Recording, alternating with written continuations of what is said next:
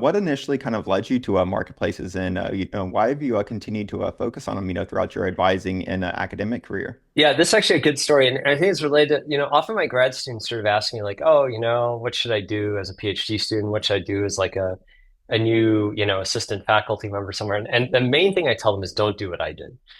And the reason is when I got here, like so I started in 2004. When I got to Stanford, like I said, I was doing applied math basically.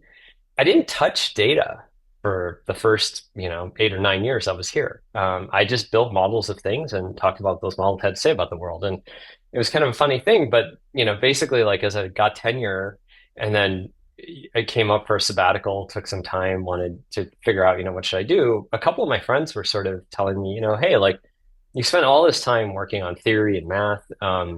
What makes you think any of that is actually meaningful or accurate? Maybe you should go talk to people who actually work with real data and, sort of stress test like, hey, like is theorizing about the world actually a useful thing to do?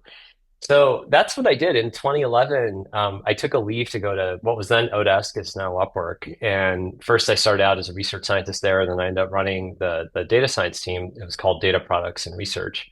And really the reason I went to Odesk is because I wanted to understand if you ran a whole market, you got to see everything. You got to see matches all the way over to how matches completed. So it's basically like you were sort of almost, like kind of omnisciently observing, like in the Truman Show, what's going on in this entire marketplace.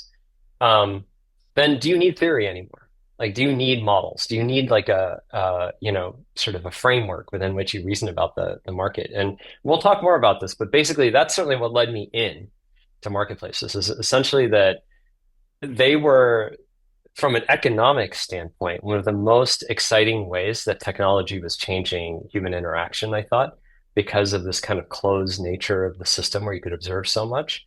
And then as someone who, put so much effort into modeling and thinking about the structure of these kinds of systems, I really wanted to understand what the data that these markets were generating had to tell us about economic activity. That was back in 2012, and it's 2024 now, and the last 12 years of my life have been shaped by that left turn. So now I tell my students start where I started in 2012, not where I started in 2004.